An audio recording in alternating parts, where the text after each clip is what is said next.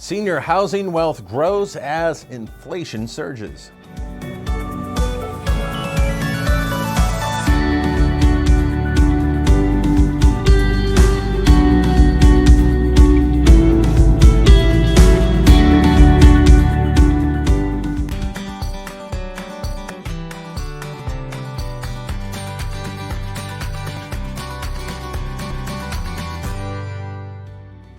Welcome back to the Industry Leader Update. We're likely headed toward an era of historic inflation in the U.S.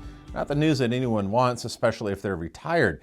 However, there is one safe haven for millions of senior homeowners: their home. The years leading up to the initial outbreak of the coronavirus pandemic were notable for record gains in home appreciation. And during this time, the rate of inflation plodded along at its typical annual rate of 2 to 3%. Surely there would be no consequence for trillions of dollars printed, spent, or borrowed. Wrong. Last spring, Americans began to feel their dollars shrink as the cost of goods and services increased, and that surge continues today with the latest government estimates showing a 7.5% annual inflation rate. How severely the Federal Reserve decides to hike interest rates really depends if the central bank believes inflation has already reached its peak or is near in doing so. And if long-term inflation and continued improvement in the employment sector is expected, well, then the Fed may choose to take a more aggressive stance on their planned rate hike schedule and also accelerate the selling of securities to take some money out of circulation. One group of Americans in particular are bearing the brunt of inflation, and it's seniors. American Advisors Group surveyed some participants between the ages of 60 and 75. They found 2/3, or 66%, are worried inflation will harm their retirement. More than half, or 53%, admit the cost of living is higher than anticipated, and 37% say they will need to increase their cash flow so they can maintain their standard of living.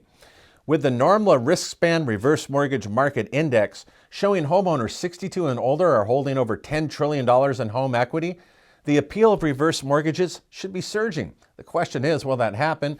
And will homeowner acceptance of the loan increase before home values moderate or fall and interest rates climb? And in other news, consumer mortgage-related complaints to the Consumer Financial Protection Bureau, they surged during the pandemic. 618 reverse mortgage-related complaints were received by the CFPB between March 1st, 2020 and January 31st, 2022. Of those, 63% related to loan servicing, with borrowers complaining about difficulties and struggling to pay loan obligations, and also included foreclosure actions, application of borrower-submitted payments made for property taxes, approval of short sale requests, and difficulties in obtaining just a simple payoff. It should be noted that during the same time period, reverse mortgages accounted for only 1.26% of complaints filed with the Bureau versus conventional FHA and VA, albeit those are not being adjusted for those loans' actual volume. And speaking of servicing, National Reverse Mortgage Lenders Association President Steve Irwin wrote that FHA should not be in the business of servicing reverse mortgages. In his open letter published on Reverse Mortgage Daily, Irwin enumerates recent improvements in the HECM program, which include the financial assessment and the collateral risk assessment, or second appraisal.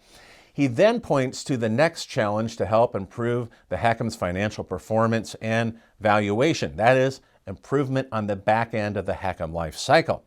If the phrase improvements on the back end sounds familiar, it's because former FHA Commissioner Bryant Montgomery used the very same phrase, referencing continued HECM losses. Now, Irwin suggests leaving post-loan assignment duties with the original loan servicer rather than with HUD or their contracted servicer. Instead, he argues for continuity. FHA shouldn't be in the reverse mortgage servicing business. Companies that specialize in servicing HECMs should be able to see a HECM case through its proper conclusion. Enabling a current HECM servicer to continue with its loan administration duties post-assignment benefits HECM borrowers. Irwin does acknowledge there would be some challenges in adopting such a servicing model. However, I have to say kudos to Mr. Irwin and NRMLA for taking a stand on such an important issue that has to date received little attention. Now, what are your thoughts on surging inflation and senior home equity? Also, what's your take on NRMLA's position on loan servicing? You can leave your comments below, and also please kindly spread the word by sharing today's episode on your LinkedIn, Facebook, and Twitter accounts. Watch dozens of our previous shows and also new episodes each week on YouTube, and be sure to hit the subscribe button. Each Monday, listen to the latest reverse mortgage news on our weekly podcast, HECM World Weekly. Thank you for joining us and have a great week.